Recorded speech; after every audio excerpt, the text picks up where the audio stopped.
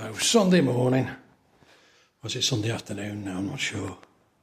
Sunday afternoon, busy working again on the refurb project. We've now got all the skirting boards on, attached. These need painting in here. This is a bit of a nightmare because you never get a straight Victorian wall. Still got to do the step. There's a piece of window board that's going to be ripped down to the right width, and then I'll add the little bits of skirting just to tidy it up.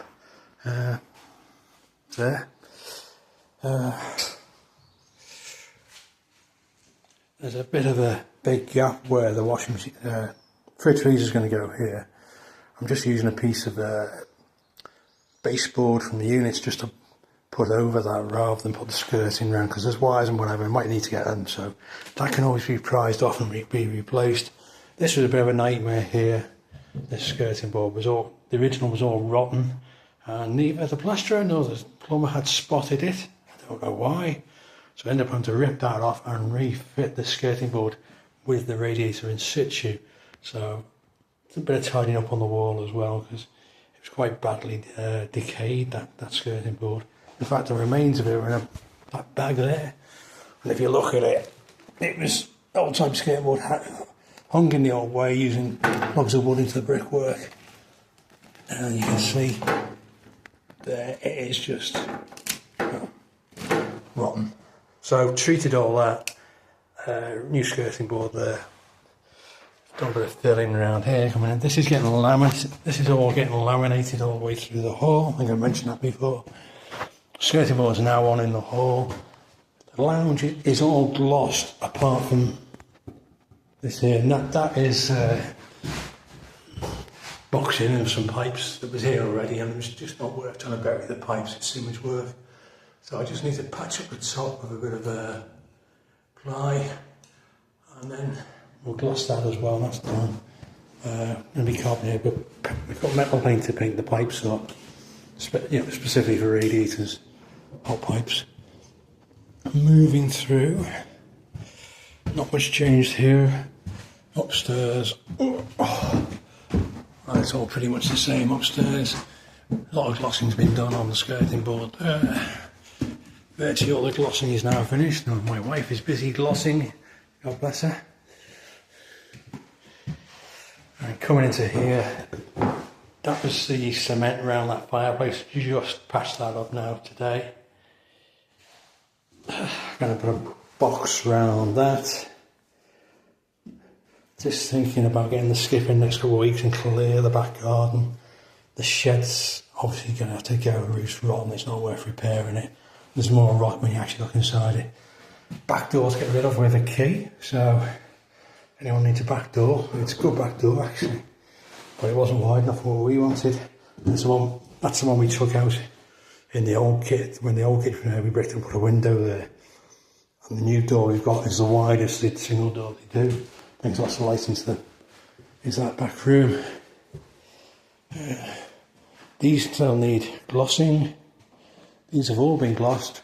That needs to be hanging, but it's been glossed already. In here, glossed. Just needs to dry and then go brush out. That one's finished. We've got different handles that we're putting on here.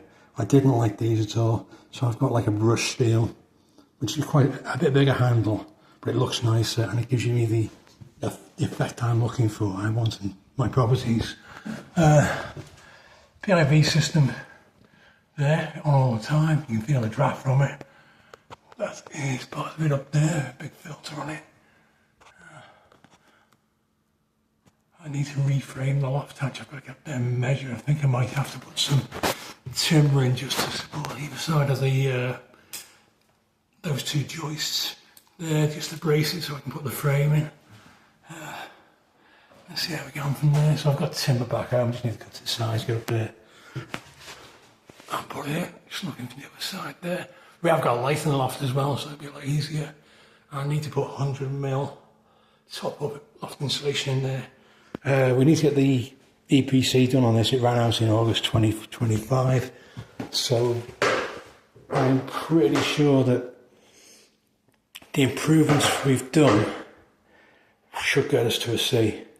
I'll put it. Luckily I've got access to the software, so I can check it. One thing we need a new room stat. But all the ladders have got TRVs on them, apart from the towel rail, obviously. Which could have done, but all LED lighting all the way through, by the way. It's all low energy efficient lighting. All the CO alarms and heat smoke detectors and heat detectors are all hardwired into the main system, so it's actually future-proof. It's that element of future-proofing I'm looking for. And obviously we have had a full rewire on this as well, so it's a whole new proper up-to-spec consumer board.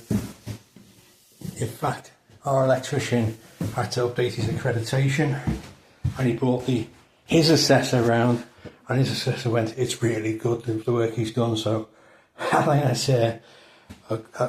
that is good recommendation when you're a trained electrician. His assessor comes round for his annual accreditation, goes, "Yeah, this is really good. It's great work." So I was really happy with that. So I know it's decent work. What we've done with the sockets, all the sockets, not all sockets, but in every room there are USB chargers in the sockets, including the kitchen there. You see that one there. This still needs to be boxed in. I've got that flue to put in. I put up there, that's not long, and I need to recess. Push the lights back in, but that's easy enough. This needs tidying up here. Left it to last because it's awkward to get at, but I've got some really strong UPVC cleaner which will clean that up. That unit needs replacing because it's blown, so we've got that measured, ready to get that replaced, and then I need to board up the side here and tidy that up. Just board up there with I've got some pliers cut to size. And the other thing is underneath the stairs.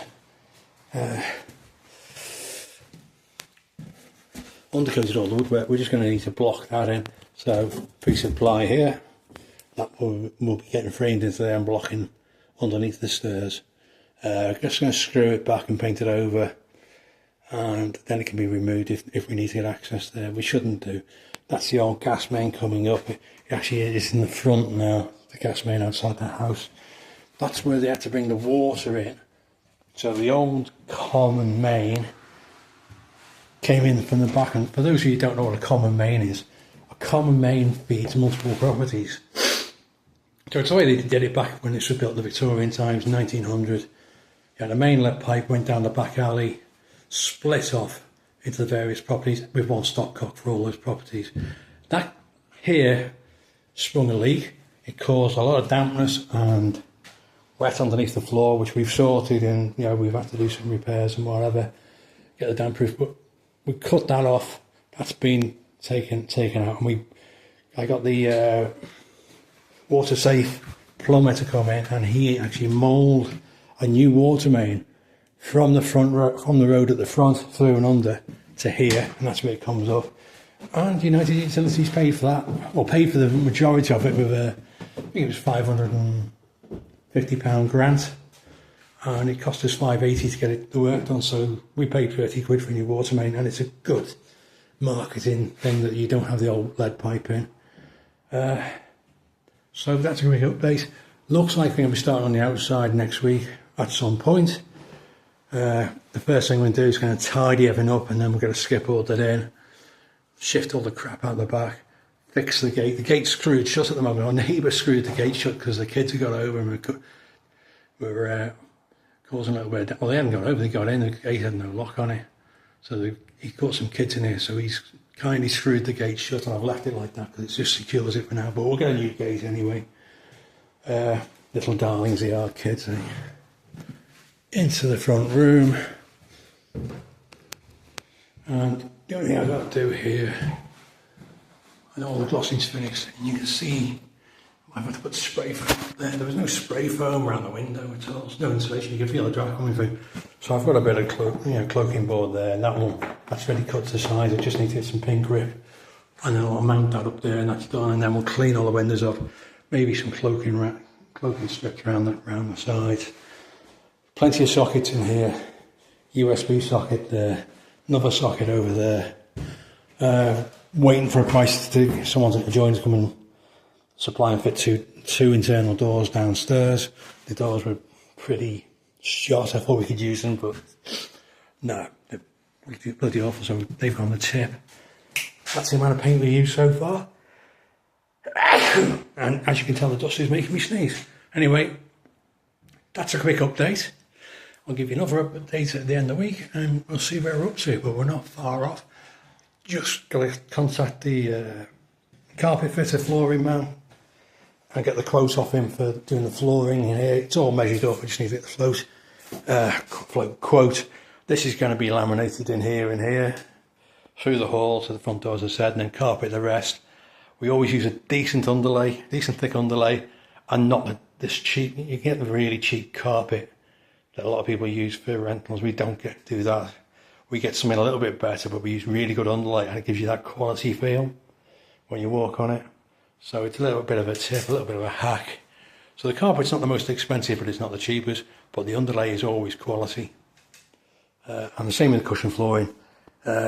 With any underlay on the cushion, on the laminates, we always use top quality underlay just to give you that good quality feel. So we're not far off. Obviously there's a little touching up to the paintwork. This needs glossing in here, and then we've got to redo some of the, go around snagging on the paintwork where the skirting boards has caused a few issues for us, but yeah.